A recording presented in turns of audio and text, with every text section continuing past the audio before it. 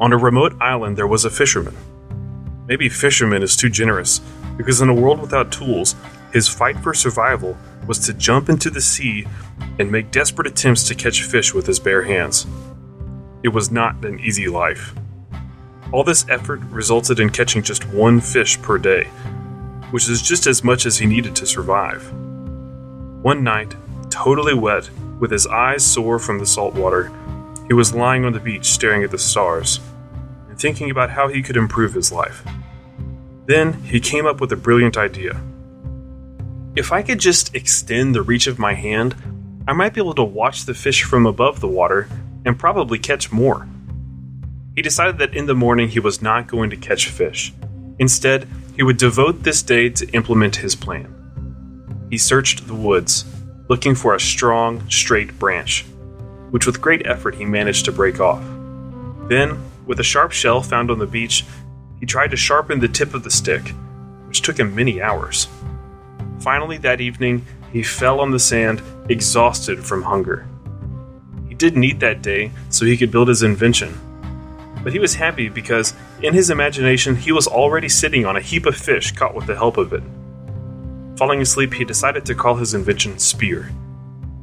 In the morning, motivated, he grabbed the spear and began to work.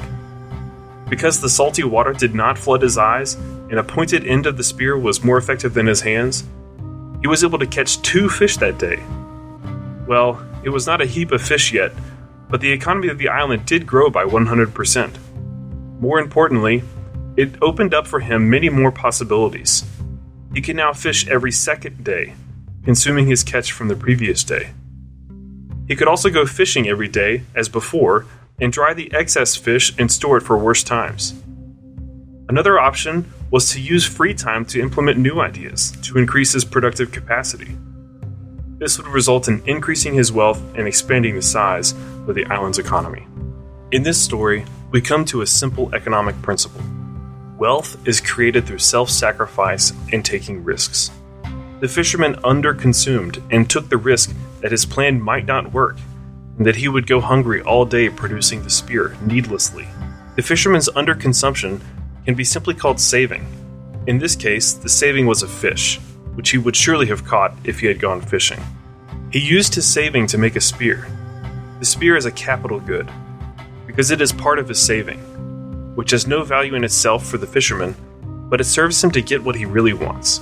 After all, the fisherman does not want to have a spear, he wants to have the fish. Capital is therefore a part of his saving, which he spent on increasing his own productivity.